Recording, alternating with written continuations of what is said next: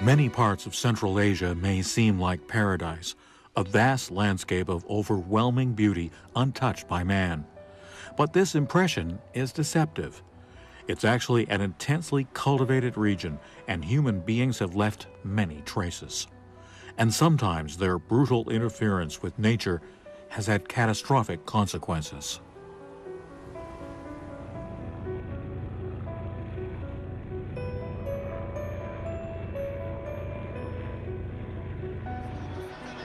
Conflicts flare up frequently among farmers, among different ethnic groups, or at national frontiers. Almost always, access to water and arable land plays a decisive role. They're stealing our water even though we paid for it. You just can't trust these countries. We think our neighboring countries' policies are very harmful and dangerous. Then we will have competition over water and possibly threats and possibly robust policies and the risk of crisis and conflict. This is a question of war and peace. Sooner or later, this could lead to an attempt to solve the problem with violence.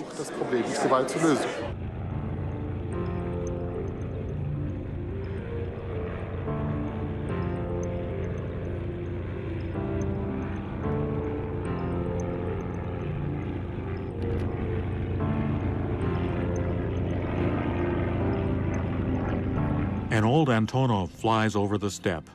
On board is Heinrich Tölken, head of climate and environmental diplomacy for the German Foreign Office. He acts as roving mediator for the water crisis in Central Asia, trying to sort out lingering conflicts between nations.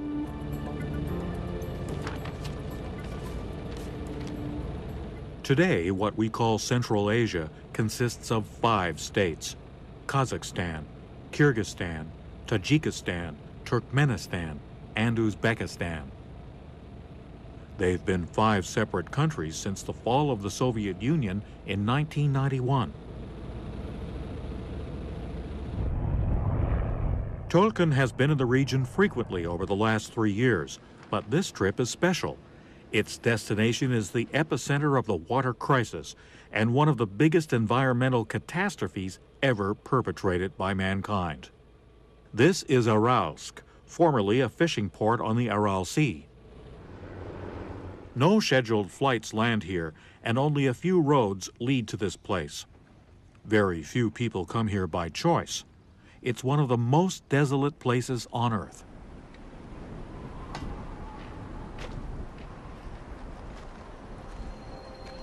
The Aral Sea is divided between Uzbekistan and Kazakhstan. The city of Aralsk lies to the north.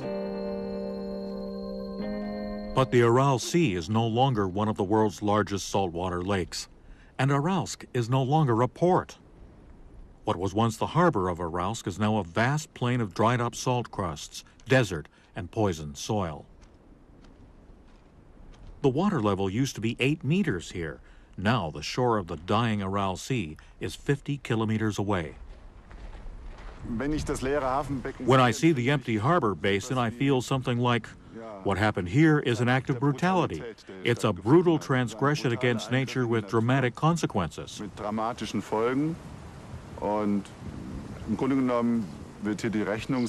Ultimately, this is what you get for believing that you can just massively interfere with nature and change things without harmful consequences. You can see that people used to make their living from the shipping industry and fishing. The lake is gone, and what's left is social and economic devastation.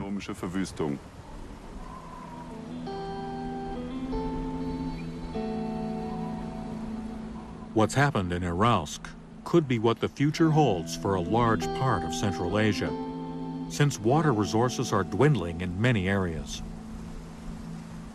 Vast tracts are already coated by salt crusts, have become infertile, and are contaminated by tons of toxic chemicals and pesticides. And this is not the only nightmare. Tolkien knows from his experience as a diplomat that excessive destruction of the environment can lead to further crises. Well, I think that by now there's worldwide recognition of the fact that massive ecological change, like climate change, can lead to tensions, to new international problems. We need water, we need food, we depend on habitable land, and when all this becomes uncertain, as it is right now in Central Asia, when water becomes scarce, it can lead to tension between states, as we can clearly see between some countries in this region. The boundaries between the states of Central Asia are practically lines of demarcation. They show the antagonism between these former Soviet republics.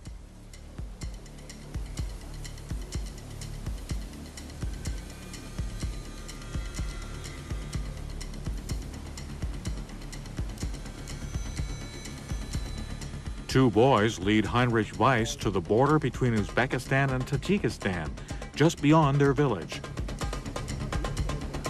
Weiss is director of CAREC, an organization that attempts to establish broader environmental cooperation in Central Asia and tries to make these borders more permeable. If you look in front of you, you'll see that the border is partly mined. And a sign of the intensification of the border conflicts between the countries of Central Asia is that there really are landmines on the borders. Formerly, in Soviet times, they were just boundaries on paper. Now they're mined. When I see this valley and this straight border, this is a completely unnatural division in a landscape that belongs together ethnically, that belongs together in its biosphere. It's incomprehensible that this border exists, and why such a border is even needed. Enormous tensions, and almost always the same catalyst: access to water resources. So is there a threat of an open conflict over water? Here, people have been fighting over influence and power for centuries. But this was also where the Silk Road passed through.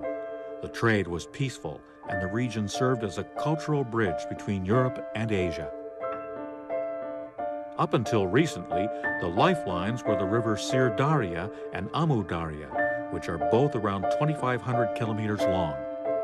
They transport water from the glaciers of the Pamir Mountains and the Tian Shan over the wide plains to the Aral Sea. Experiments to transform the steppe into fertile land have been very successful. Too successful. Stalin and his successors recognized the region's agricultural potential. They built thousands of new irrigation canals and planted gigantic fields, especially for cotton, rice, and wheat. 6.5% of the world's cotton production comes from Central Asia, from over 7 million hectares of irrigated fields. In order to build reservoirs for irrigation, the Soviets built the world's largest retaining walls in Kyrgyzstan and Tajikistan. They also built huge waterways, such as the Karakum Canal. It alone diverts a quarter of the Amu Darya's water and channels it to Ashgabat, 700 kilometers away.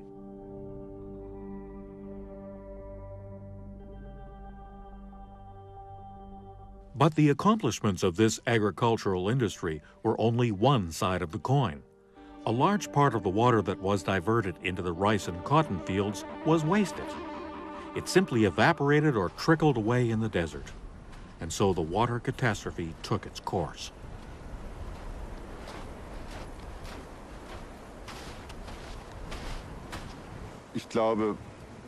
I believe that on a purely factual level, it was very well known what would happen if you diverted water for irrigation on such a massive scale and reduced the river's flow to the Aral Sea. But I also believe there was a bit of hubris, that you could control nature through technology, strength, horsepower, and concrete. They tried it. They built thousands of irrigation canals. They took the water away from the rivers and trusted that in the end, not too much would happen. But they also believed that if anything went wrong, they'd come up with another technological solution. This hasn't yet happened.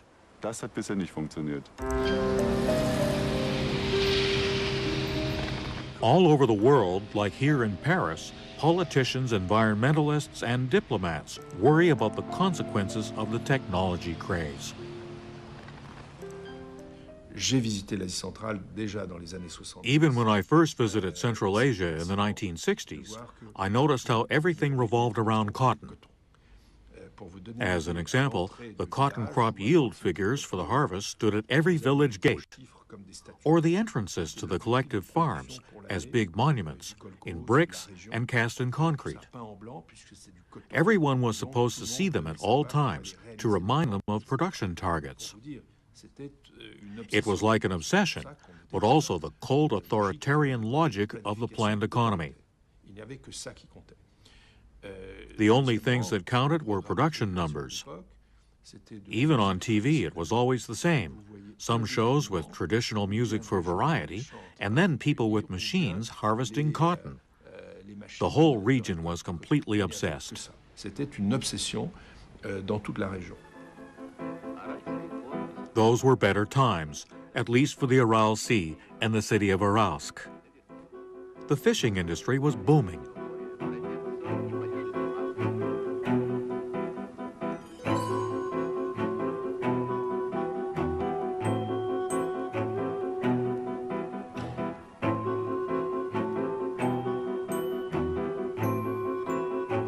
Beginning in the 1950s, less and less water flowed into the Aral Sea, and so its fate was sealed. Slowly at first, and then rapidly since the 1990s. Today, the huge lake has almost completely vanished from the face of the earth. Only 5% of its water remains. Instead, a salt desert is spreading.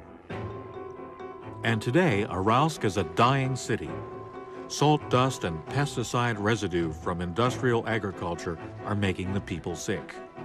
The region is the world's worst case of desertification.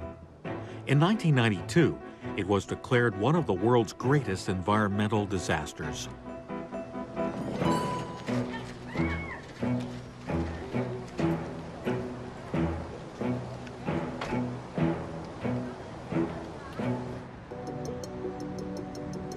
The countries of Central Asia put on a show of nationalism and self-confidence, but there's clearly no blueprint for dealing with this ecological catastrophe. What's more, not one of the countries is being governed according to European democratic principles. The old local ex-Soviet power elite remained in charge after independence and still imposes authoritarian rule. There's no free press, and opposition is suppressed.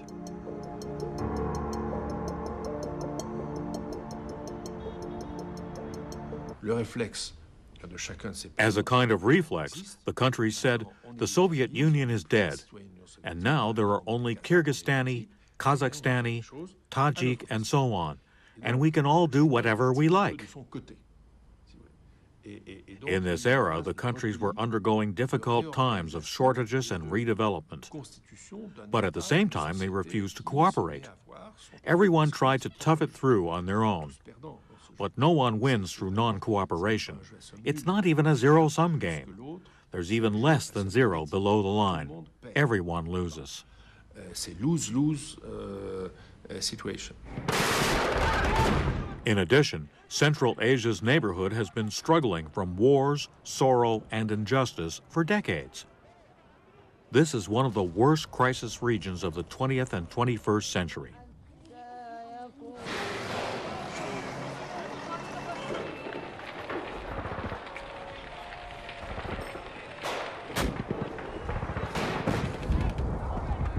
China's troubled province, Xinjiang in the east, and Pakistan, Iran, and Afghanistan to the south. A spark could jump across quite easily.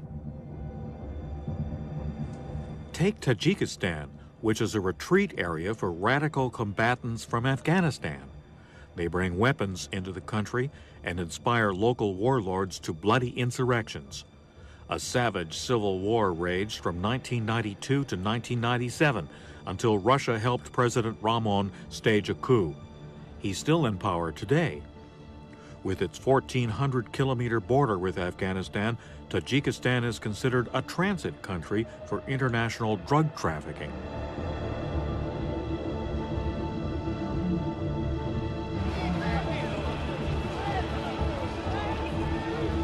Kyrgyzstan is regularly shaken by uprisings and upheavals. More often than not, ethnic conflicts or protests against the government are only a superficial reason. The actual cause is the distribution of farmland. And in Central Asia, this is always connected to control over water.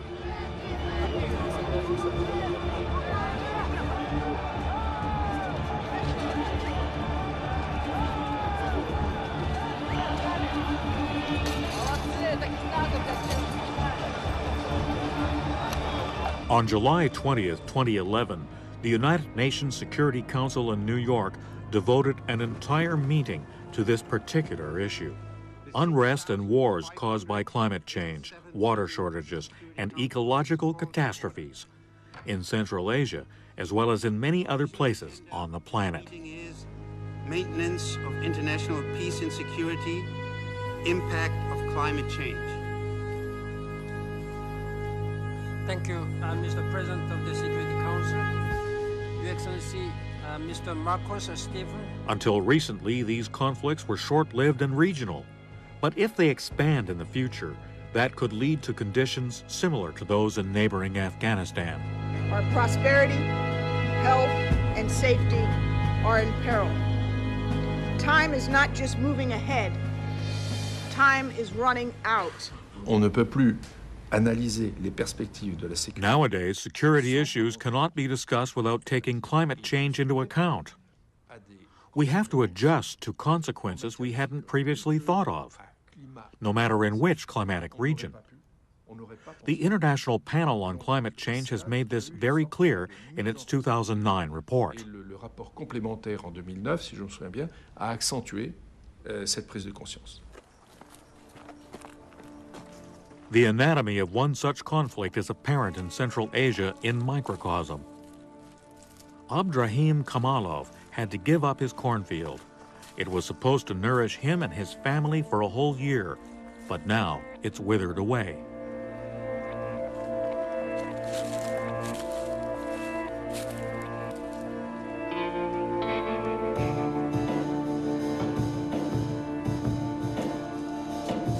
His apricot trees have also died. He cultivated them for 30 years, and now he's lost everything within 2 years.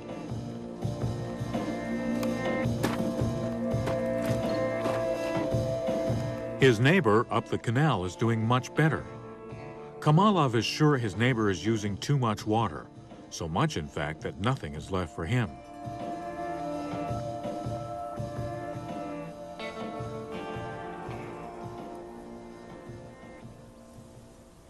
The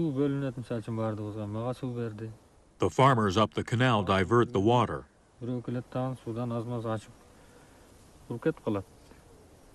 They steal my water, and every time I get hold of one of them, I seize the water thief and beat him. It's the classic problem of those taking water upstream from those downstream. The same problem on a grand scale. In Central Asia, Tajikistan and Kyrgyzstan are situated upstream.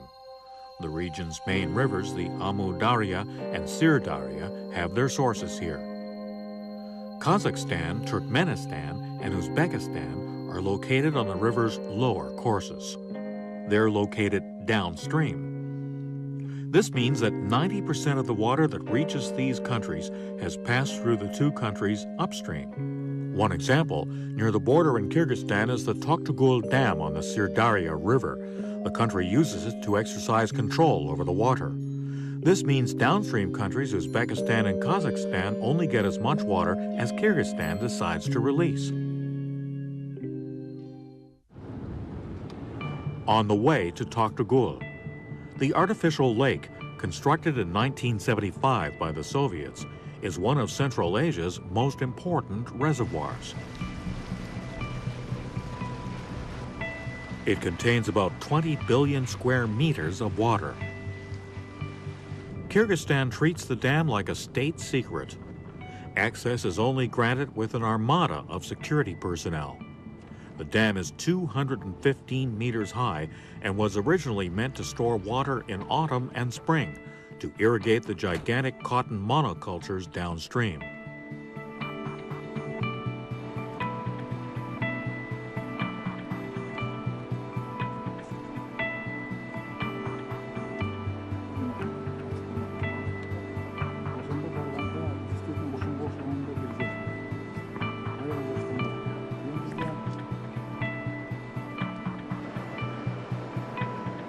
Since the end of the Soviet era, the dam's role has changed dramatically.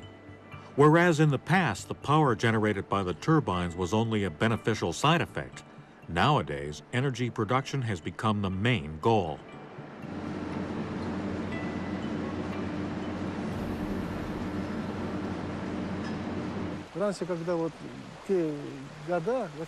In the past, up until the 1980s, when there was drought in Uzbekistan, we released extra water, so much that the reservoir was just about empty. Those days are over. Now, we're autonomous sovereign republics with our own economies.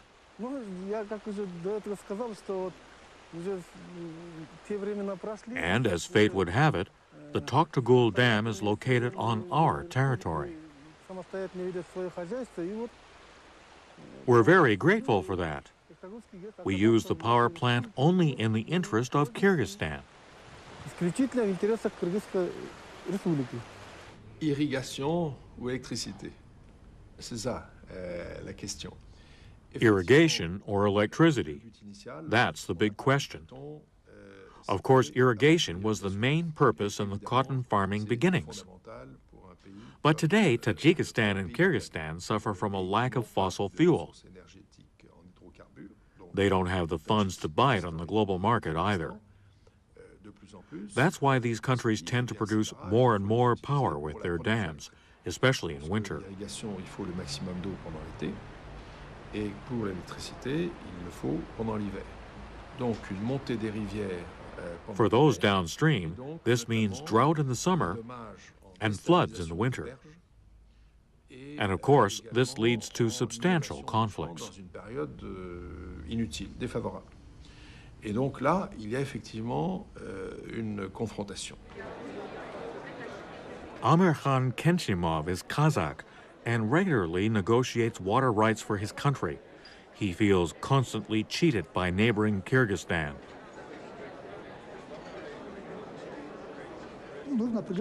The water levels rise or fall depending on the amount of energy Kyrgyzstan needs. Nothing else matters to them. They don't care for our downstream problems. Whole towns are being flooded. Industrial plants are underwater. We try to protect ourselves with more and more storage basins, but that's not enough. There are indeed flood catastrophes in winter, with whole areas of land freezing over. Horses have frozen and perished agonizingly while the turbines of Toktagul Dam were running at full speed.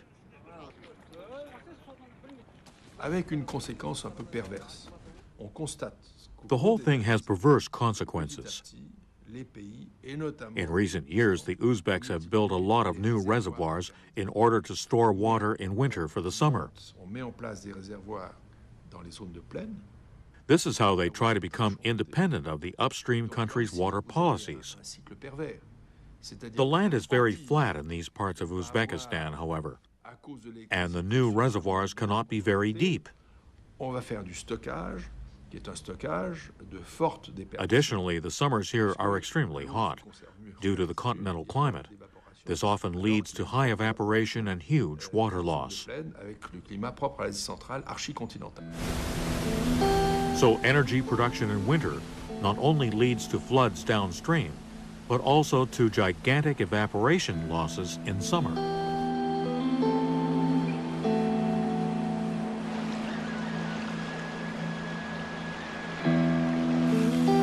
Antiquated water wheels like this one can be found a lot throughout Central Asia. They represent another factor that leads to severe water losses. The state of the infrastructure is old, worn out, and leaking.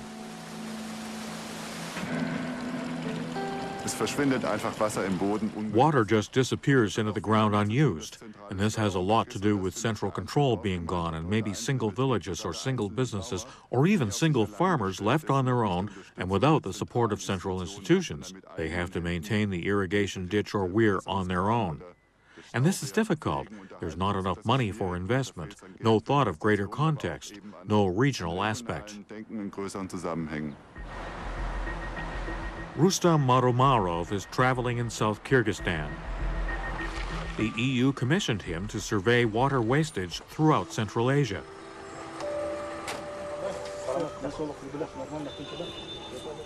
Here, traditional furrow irrigation is still being used. The farmer opens a primitive floodgate to lead the water onto the fields. In general, we have bad practice in this approach, I mean in furrow irrigation. In total, for the whole system, which comprise, I mean the off-farm, on-farm irrigation system and also furrow, in total it amounts to 70%. 30% only goes to the plants. Scientists commissioned by the German government are flying to the Pamir glaciers in order to find further catalysts for the water crisis.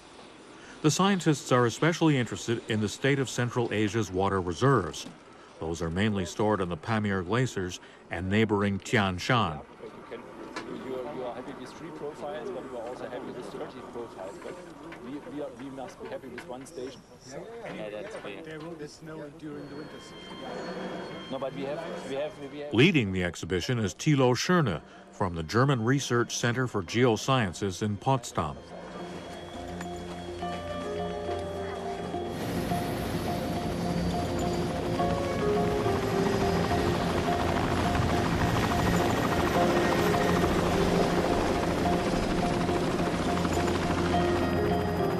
The survey will lead to a prognosis of the deterioration of the glaciers and thereby the water supply. 90% of the water in the main rivers is meltwater from these glaciers.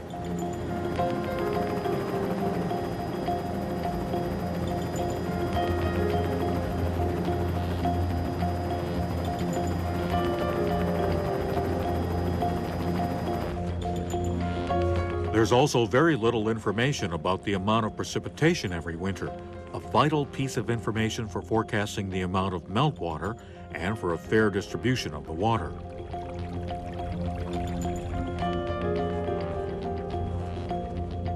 For this reason, the scientists will construct a research and measuring station, which will automatically transmit climate and weather data to the valley.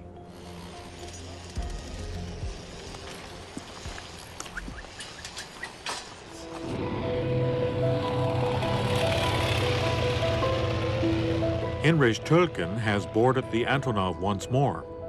He's returning to civilization. A last glance back at the remainder of the Aral Sea and its treacherous beauty, which hints at the paradise that's been lost.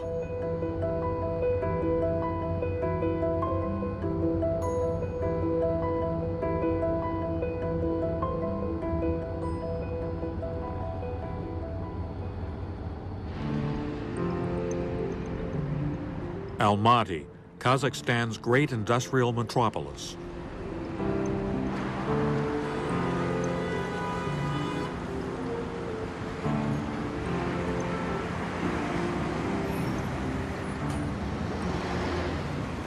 Tölken has had a conference organized here. Its topic, the fair distribution of water in Central Asia. Every country has sent delegates.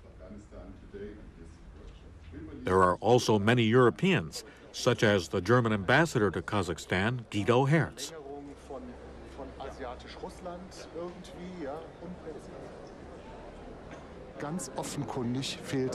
It's obvious there's a lack of political will. Well, we can hold as many workshops as we like. If there's a lack of motivation to work together all the way up to the top, I remain rather skeptical regarding the prospects for success. The Europeans would like to export their own success story to Central Asia.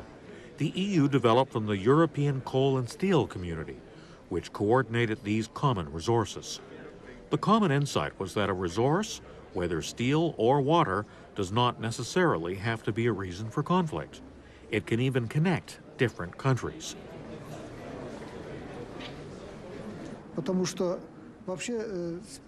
Some feel patronized and think the Europeans perceive them as clueless. Perhaps some things may be new to us, but our hydro specialists are first-rate experts. If you start teaching them that 2 and 2 equals 4, you hear complaints that they're being lectured to. Heated debates and mutual accusations. An agreement seems impossible, even though there was a solution in the past.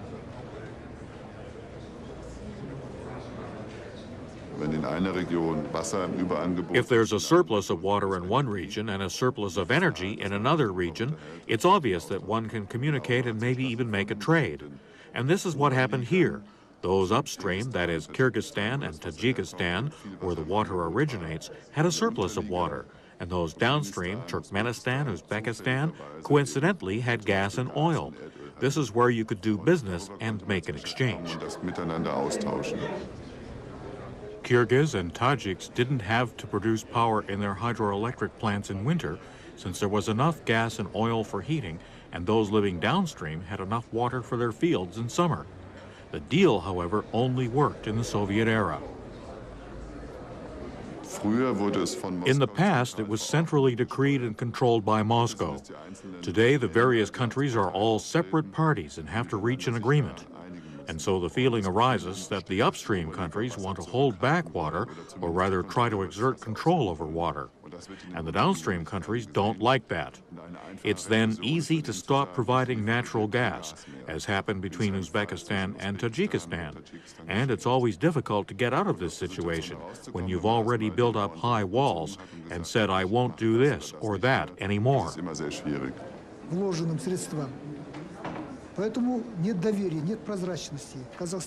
Kazakhstan is even ready to pay for water. But this always goes wrong. Take 2008, for example. Kyrgyzstan only supplied us with 70% of the water we agreed on. They didn't even give us what was ours. Kyrgyzstan only does whatever they want. They don't even give us what we paid for.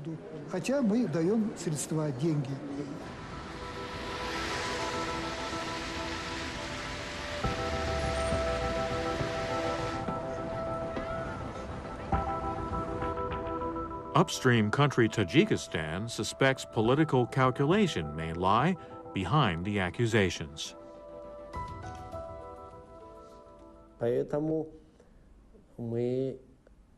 We see the obvious goal of thwarting Tajikistan's progress.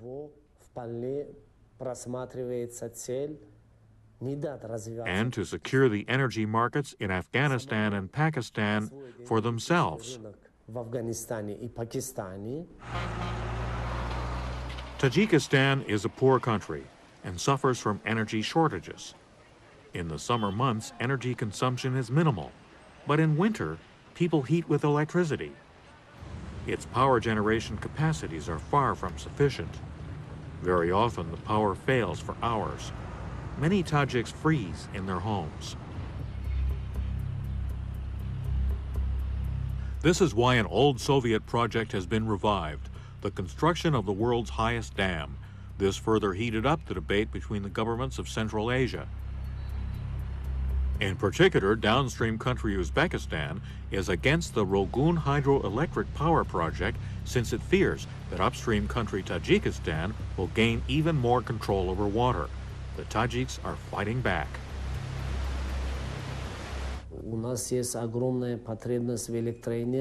We have a huge demand for electrical energy. We have to develop our economy. What does it mean we shouldn't build the Rogun power plant? How could we not do so? I think that whoever questions the dam has purely political motives. Indeed, Uzbekistan blatantly threatens consequences if the Rogun Dam is ever built. On September 7, 2012, Uzbek President Islom Karimov held a news conference.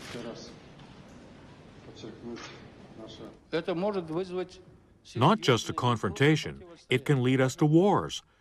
That's why when we talk about trans-border rivers, we should observe international agreements, observe the decisions of the international community. It seems as though Tajikistan really is taking the risk of confrontation and continuing to build the Rogun Dam. Proudly, the chief engineer shows us how much they've progressed. All the buildings and the main facilities are here on the left bank. This is where we're constructing the drainage channel. From there, the water will flow into the Rogun power plant. Look, there, down the slope, everything is prepared. The dam will be 1.5 kilometers wide at its foot. This will all disappear under a massive mountain.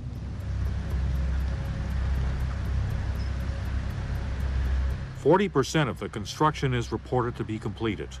And indeed, the dimensions are breathtaking. The underground tunnels are several kilometers long. Only rarely are Western camera teams allowed to shoot here. The site engineer is clearly nervous while the cameras record his inner sanctum, the giant turbine room, reminiscent of a science fiction film.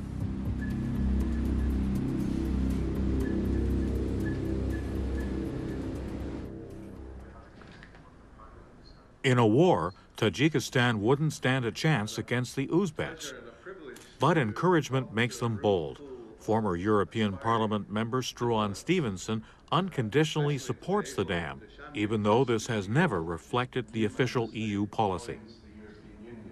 And for people to be questioning whether this project should be allowed to go ahead seems to me an absolute, disgraceful nonsense, and it's something that we have to come to terms with in Europe. This is a project that is absolutely necessary. We are standing in Tajikistan and Dushanbe, where they provide the gateway between the volatile areas of the world like Afghanistan and Pakistan, and they are guarding Europe from the influx of drugs, human traffickers, terrorists. We must help them. We must recognize the value of this country and stop criticizing some of the hydropower projects that they're planning. And I'm here for that purpose as a member of the European Parliament. Tajikistan believes it cannot give up on Rogun, but Uzbekistan is threatening military conflict if the dam is built, a political dead end. In 2010, the World Bank stepped in to de-escalate the situation. Saroj Kumar Jha is regional director for Central Asia and responsible for a study that objectively investigates the dam's usefulness and feasibility. Now, whether this project is feasible or not, whether this project will have adverse impact on the downstream countries, whether it will have any environmental and social impact, whether this project actually makes sense from an economic perspective, or there are other options for Tajikistan to meet its energy demand. These are the questions that had to be answered in a modern context where you apply the international standards. So that's why the World Bank, given our expertise and our experience with the basins and doing such large hydropower projects around the world. Critics such as dam expert and former World Bank counselor Anatoly Krutov believe the World Bank's involvement will trigger much more severe problems, and the danger of a war over water has greatly intensified. If somebody would ask me, should the bank be involved in the construction, or let's say in pushing forward, let's say, the idea of the Rogun Dam, I would say no. Why? Because of the consequences. They are on the age. What I mean. So if they would say yes for the Rogun Dam, means they will lose Uzbekistan and, I don't know, maybe Turkmenistan. I don't know how Kazakhstan would react on that. So it's very hard even to predict. A security conference will take place at the OSCE headquarters in Vienna in mid-2014. Its topic, water conflicts. OSCE Secretary General Lamberto Zanier can barely comprehend the World Bank study's format and orientation. The study of the World Bank is primarily a technical study, which, however, has a political impact and is likely to have even higher political impact over time as decisions will be taken. So we will have to deal with that from a security perspective. As I say, that's a little bit the angle from which we are coming as the international community. Indeed, when the study was published, it was a bombshell, particularly because its conclusion is unambiguous. The study done by the consultants, we hired two international consultants, consortium of consultants, one to do the techno-economic feasibility study, the other to do the environmental and social impact study. Now, these studies done by the consultants have shown that from a techno-economic and environmental and social perspective, it is possible to build this dam safely, and it would not have any safety concerns. It is possible to come up with plans which would essentially mitigate any possible risks that you may have in such large projects. However, the critics' fears seem to be confirmed. The Uzbek government reacted with aggressive dismissal, albeit only on a government-issued website. Further statements or interviews are being declined.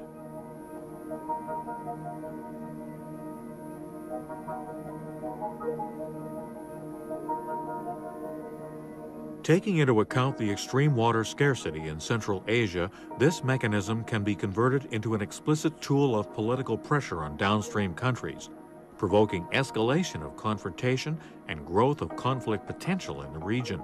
Millions of people are prepared for any actions to access potable and irrigation water for their own and their children. It's frightening even to picture the consequences. Still, the World Bank refuses to admit a connection between the verbal escalation and its own study. So it's been a very transparent and inclusive process, and our hope is that a credible process like this, which is inclusive, which is transparent, does have the potential to bring parties together and inspire trust and confidence in terms of initiating a dialogue and then coming to a decision. Quite on the contrary, the Uzbek side. Uzbekistan hoped the World Bank would adhere to the basic principles of good faith, transparency, objectivity, and the best international practice in its activity on the Rogun hydropower plant project. We have to state with much regret that our hope was in vain. That the study, and thus the World Bank's attempt to mediate, have failed came as no surprise to Anatoly Krutov. Just a simple question. Did they discuss it with Uzbekistan? They would say yes, and I would say no. Why? They were saying, hey, the bank financed that. It's a bank story. Tajikistan financed that. It's a Tajikistan story, it's not ours. We did not participate in that. We do not know how and what is the conclusion. We do not trust this conclusion. They did not participate. Privately, insiders say that if a war really does break out, it would be the first one caused by a United Nations body, namely the World Bank. Power production versus irrigation. Upstreamers versus downstreamers. Tajiks versus Uzbeks. Heinrich Tolkien wants to prove that solutions can be found. He's launched a kind of lab test in the border regions of Tajikistan, Kyrgyzstan, and Uzbekistan. At the Isfara River, a tributary of the Sir Darya. Here, too, arguing over water was a daily routine. The point is to show by way of a prototype, an example, that it's possible to enter into an agreement. What works on a small scale can also work between the big states. Prospects of success are unlikely when you start on the big level without involving the local population. The population needs to join in, needs to understand and accept that it's to the benefit of both parties, and even three, when there are clear understandings and no conflict. An diesem Stauwehr wird tatsächlich ein größerer Teil der Isfara abgeleitet in diesen Zuleitungskanal in den Stausee, den die Isfara gehen und die Wassermengen, die hier... In order to reconcile the parties, trust was necessary. And Rustam Marumarov works on that on a practical level, in the villages, setting up water metering stations. Everyone who's anyone in the village has come, a sign of gratitude because the metering stations have indeed brought peace. For the first time, they allow measurement of the exact amount of water that flows through the various canals and onto the fields. Only this way can the water be evenly distributed. Such stations are located in many places. Local technicians come by regularly and read the water levels. They feed the data into a central computer, and this is where the responsible hydro engineer can verify if everyone has received their fair share of water. However, technical installations are useless in the long run without an efficient and transparent administration. The Water Alliance of Central Asia sets up water committees all over the country. These are democratically elected bodies, supported and counseled by the NGO. Elmira Yoldasheva is the head of the aid organization. She hopes to give the population more power with the water committees, at the same time fighting non-transparency and corruption. Institutional development is like when you are working with them, explaining their role, they know their role, they know how to work with people, and they understand that they are providers of the service, not the owners of water.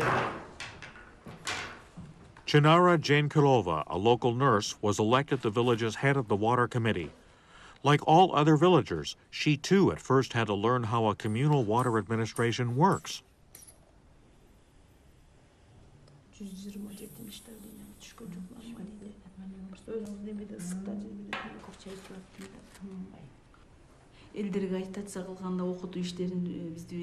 We had to explain the importance of an organized water supply, to give women a voice, and to get the residents accustomed to paying for their water.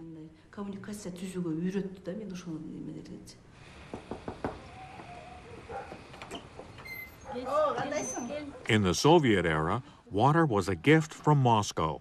Water pipes and their maintenance were centrally organized and paid for. Today, the village is on its own, and maintaining the pipes is expensive. This is why collecting the water fees is a job for the boss.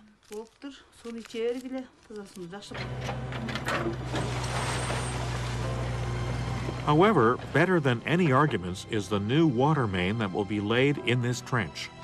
It's proof that such things are possible without development aid, by their own efforts. The Water Committee's job is so successful that the municipality can provide every house and every field with a well-functioning modern water system, which distributes the water reliably and fairly.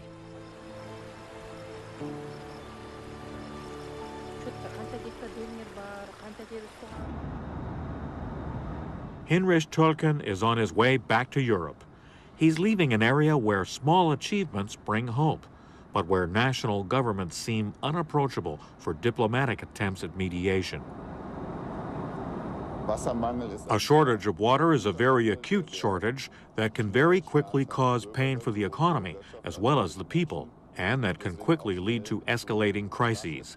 And as long as the governments won't stop thinking nationally, the problems won't be solved. We really try to do good work here. But this will all be a waste of time if the governments of Central Asia say, well, you look at our problems from a safe distance and you try to explain the world at conferences. But my country's society is different. This is about our survival. Electric power may be important to the others, but our farmers' lives are just as important. And we have a right to this water and to do things our way.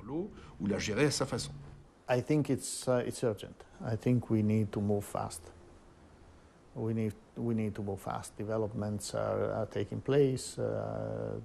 Afghanistan, we see their developments on a daily basis.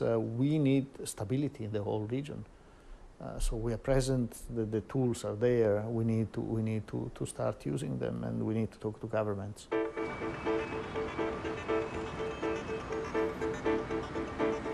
Since the Rogun power plant study has been published, deathly silence prevails in Central Asia. Distrust between governments is greater than ever.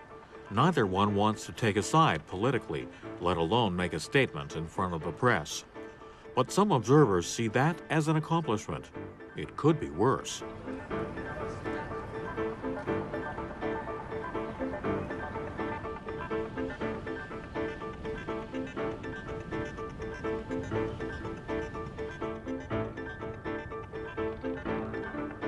The research station in Pamir, 4,500 meters above sea level, takes form. The scientists install the last automatic sensors, such as for snow levels and kinds of snow, temperature, wind and precipitation. The data will be available daily through the internet and make it possible for the first time to forecast water levels and the amount of water in the Central Asian rivers for months in advance, an important prerequisite for a fair distribution of water. After 10 days of hard labor, the station is ready. The teamwork of Uzbeks, Kyrgyz, Swiss, and Germans went perfectly fine. Thilo Schörne, who leads the expedition, takes this as a good sign. The scientists who are here have a scientific goal. They worked together in the past, before those borders were artificially created again. So there are no reserves or conflicting issues where you could say that something went off in the wrong direction.